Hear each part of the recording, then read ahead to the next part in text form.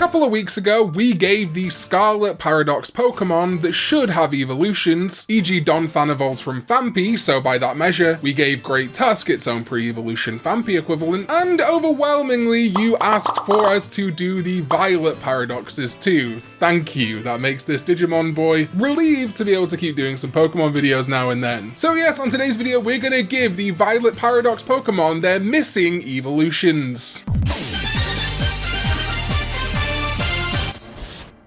Hey, just before we get started though, I want to give a huge shout out to today's sponsor, Buyee. Buyee is the proxy service getting you access to all of those goods you want from Japan, whether it's Pokemon TCG sets, Digimon toys, or anything else. Buyee has got you covered with a plethora of websites available, and their browser extension, which lets you add a browser extension to Chrome, Firefox, etc. Browse directly on websites like Amazon JP, add to your cart, and check out directly on Buyee, which is made all the easier because you know this by now when you sign up with my link in the description down below. Not only does it directly support this channel when you make an account and make a purchase, but also when you do sign up with my link in the description down below, you get a 2,000 yen coupon, which is like 15 bucks off any purchase. Buyee is also really active on Discord now. They're always doing a ton of Discord giveaways and interacting with the community, so that might be fun if you want to jump into their Discord. Thank you to Buyee for sponsoring this video. Let's get to it. Alright, so evolution lines for the Violet Paradox Pokemon. Some criteria here is that they have to be based on Pokemon that already evolved. So for example, Roaring Moon is based on Salamence, or well, technically Mega Salamence, but regardless, Salamence normally evolves from Shelgon, and Shelgon normally evolves from Bagon. I called it Bagon last time, no one picked up on it, but I think it's supposed to be Bagon, I can't tell. So its Paradox version that we covered last time did likewise, which is why in this instance, Paradoxes based on Pokemon that did not traditionally evolve won't be getting evolved forms. So there will be no Evos or Prevos for Iron Bundle, Iron Leaves, or indeed Iron Serpent, aka Miraidon. So happy that Walking Wake is Suicune. Would have been really annoying to have a DLC Pokemon added that could have pre-evolutions right after I made that Scarlet video. So let's begin with Iron Thorns and its first stage pre-evolution, which if it was Tyranitar would be Larvitar, but instead I present Iron Horn. A rock electric type just like its third stage father, this is a diminutive paradox form of Larvitar designed by Weirdomon. Much like how Larvitar feels like a tiny larvae form of Tyranitar, Iron Horn is a rudimentary version of Iron Thorns, a robotic paradox Pokemon similar to robot or even wooden toys you might see that have little wheels. And the two wheels either side kind of evoke those hoverboards, which I think is funny. I chose the name Iron Horn as, well, its horn is a predominant part of the design, but also Horn has all the same letters as Thorn, in the same order except for the T.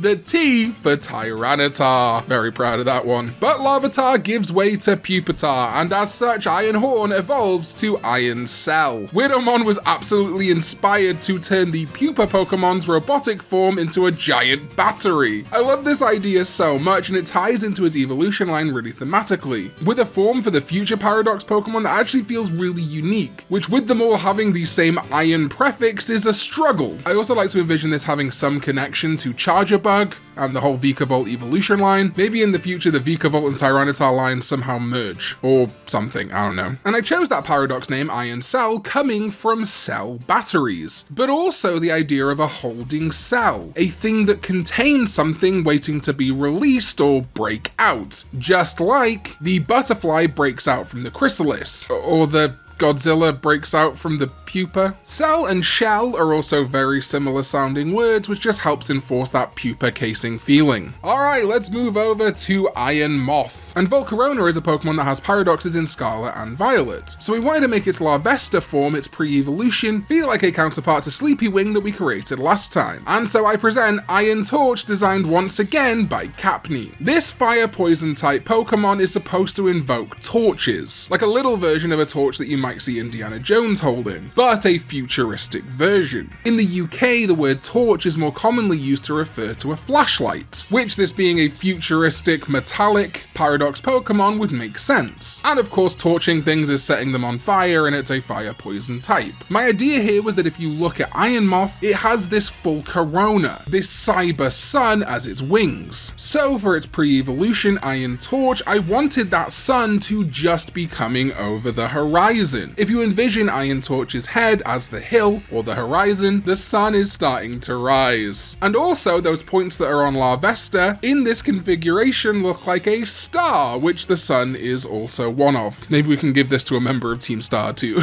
And another Pokemon that has paradoxes in both versions of the game is Donphan, and in Violet it's Iron Treads, who Capney jumped in again to give its Prevo Iron Trundle, a ground steel type. This is just a tiny little Fampi and I love it. We are inspired by things like tanks, but also specifically the Armadillo Zord from Power Rangers Wild Force or Gowranger. In the same way that Iron Treads can fold itself into a wheel, I like the idea of Iron Trundle being able to do so too, but it being a little bit more clunky. And that's where its name inspiration comes from too. To trundle is to move with wheels, in a slow or heavy manner, which I think lends a real cuteness to the little guy. Just picturing it trying to roll around Area Zero or Paldea on its tiny little wheels, or even tucking itself into a more crude large wheel to try and go faster, but maybe not succeeding. Then is Iron Hands, our Hariyama paradox, who Soru designed the pre-evolution for Iron Palm, a fighting electric type. Iron Hands is said to be a modified version of a athlete, which we extended to Iron Palm, feeling like someone training to be an athlete, specifically a martial artist, with the cyber gloves feeling a little bit more like training mitts in this instance, because there is a real-world Iron Palm or Iron Hand technique in various Chinese martial arts. It's a conditioning technique typically meant to condition the hands of a practitioner to deliver very powerful blows without injury, which this Pokemon would use when it evolves into Iron Hands because it gets those gigantic fists which it can use for combat. In addition to that, palm strikes are a common trope in media depictions of sumo, or at least similar techniques like E-Honda from Street Fighter, and Makuhita's name likely comes from Makushita,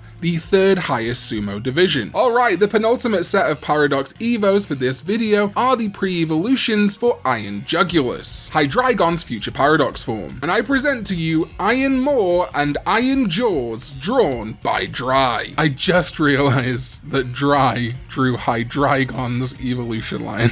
Dry felt that Hydreigon's line was the embodiment of high effort, high reward for a trainer. Dino and Zvilus are strong but tend to miss their targets and contrast a lot with the powerful Hydreigon. Iron Jugulis is also very floaty with its separate hovering limbs and space theme. So Dry liked the idea of its two Prevos kind of learning to fly, hovering off the ground constantly, kind of out of their own control, which makes them more hard to maneuver since they have a more grounded build. And he envisioned them sometimes floating away and spinning uncontrollably just like Sandra Bullock in Gravity, which is made all the more difficult by the fact that they can't really see well. On the name side of things, Iron Maw and Iron Jaws I liked. I did consider going fully Latin with the picks, as Jugulis comes from Latin, so my original idea was to name them Iron Oris, meaning mouth, and Iron Aura, meaning mouths. But I do think that Jugulis was just chosen more so to intimate there being multiple jugulars, throats, necks, mouths, whatever you want to say, so I thought the Latin element wasn't as important as conveying stages. Iron Maw and Iron Jaws obviously rhyme, or kind of half rhyme, and I think Maw to Jaws to Jugulis feels like the name is adding letters each time, similar to how the non-Paradox version's evolution line count up in numbers, with Dino being Ein meaning 1,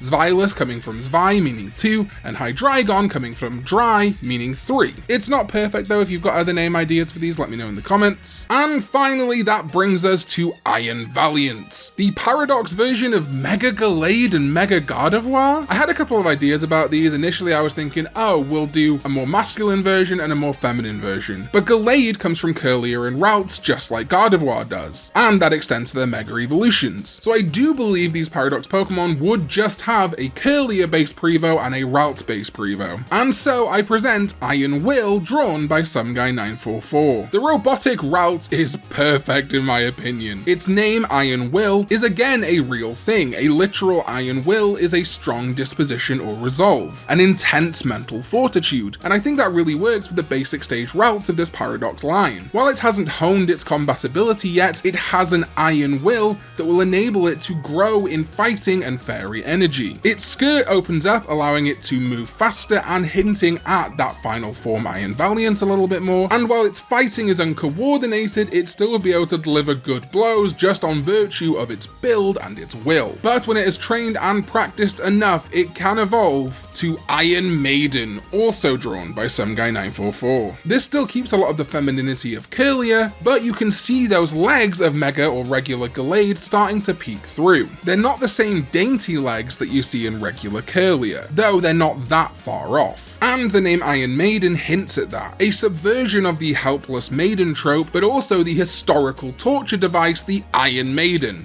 and also an excellent band to boot. This combo of the word maiden with something capable of dealing intense damage I think is a great fit for this middle stage Paradox Pokemon, still a fairy fighting type. In particular, I like that while it doesn't have the blade of its final form, it does have these little cyber pointed parts on its legs and its skirt, which I'm sure it could use again to deal devastating damage. Alright, that is it, our pre-evolutions for all the Scarlet Paradox Pokemon that would normally have evolution lines. Isn't it interesting that all of them this time are pre-evolutions, as all of the Paradox Pokemon's original basis are all the final stage of their evolution line currently. How fun. Thank you so much for watching, it genuinely means the world to me. I was worried putting out that first Scarlet Paradoxes video, but it got like 15,000 views or something, which is awesome. Very reassuring as a creator to know that while yes, Digimon is the thing you came for, you're willing to let me dip my toes into other franchises that I feel passionately about. Digimon's going to be the main focus for the foreseeable future, but it's really nice to be able to talk about Pokemon, maybe Monster Rancher in future, hell, maybe we'll even talk about Final Fantasy. Huge shout out as always to my sovereigns, It's Elementary, ZDK14 and Jaemon. There's 3 sovereigns now, thank you so much. My Digidestin, my Tamers, my Karn Club, you're all absolutely fantastic. Thank you all so much for watching, and I'll see you next time when we go digital. Bye bye.